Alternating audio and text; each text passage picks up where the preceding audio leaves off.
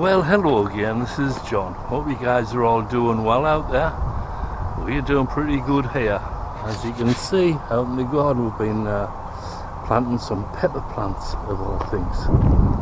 These ones here are Carolina Reapers.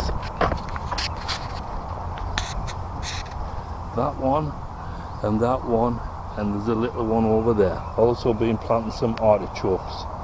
Fingers crossed that the weather won't get bad. Oh yes, another beautiful sunny day. However, while lying in bed last night, I realised something. This is a stationary vehicle. That's a stationary solar panel. And this is only on one axis. Now, as the sun travels across the sky, do you see that here?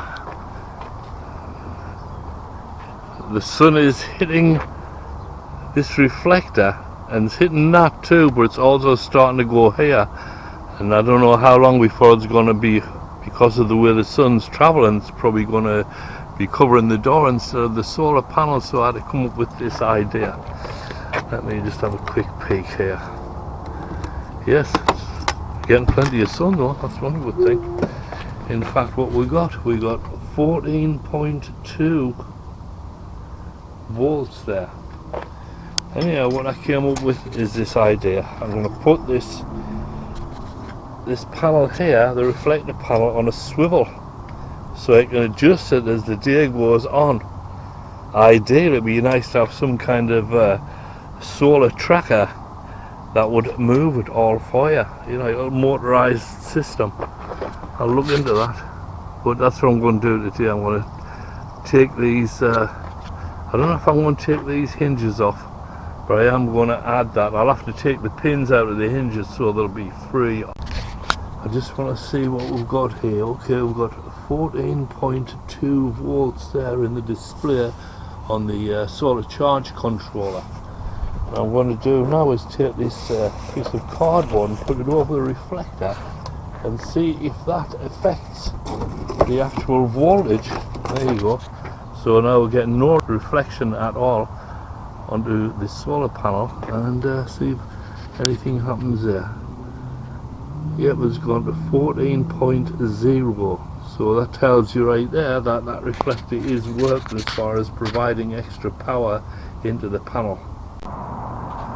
Well, this solves the problem here by putting a double swivel bracket on here, because then by tightening the ropes you can adjust it. See, it'll go there, you know, and then you can move it that way. You can still go up and down, so you know, no problems. It's got more dimensions, and you do all that just by adjusting these little ropes here.